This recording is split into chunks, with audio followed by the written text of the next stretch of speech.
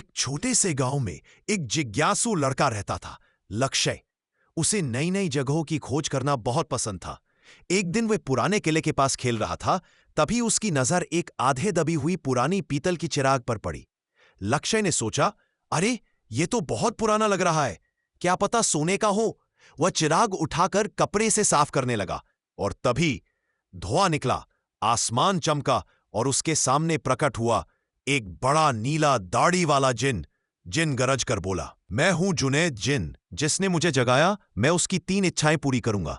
लक्ष्य डर भी गया और खुश भी हुआ। उसने हिम्मत करके कहा, क्या सच में कोई भी 3 इच्छाएं? जिन मुस्कुराया, हां, लेकिन सोच समझ कर बोलना। लक्ष्य बोला, पहली इच्छा, मुझे सबसे ज्यादा दिमाग वाला इंसान बना दो। जिन ने चुटकी बजाई, हो गया। अचानक लक्ष्य को ऐसा लगा जैसे सब कुछ क्रिस्टल क्लियर दिखने लगा।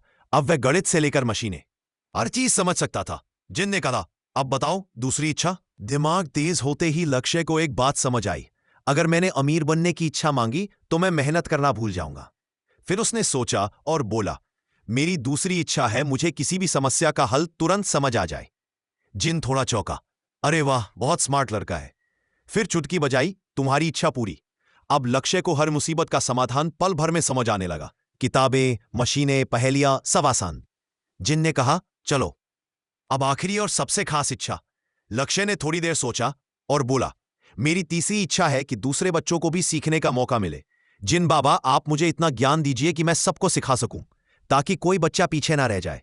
जिन भावुक हो गया, मेरे 500 साल में किसी बच्चे ने ऐसा खूबसूरत दिल नहीं दिखाया।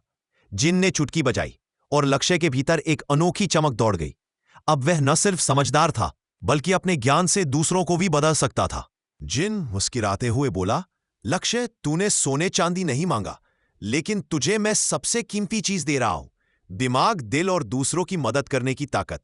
इतना कहकर जिन हवा में गायब हो गया। उस दिन के बाद से लक्ष्य गांव के बच्चों को पढ़ाने लगा।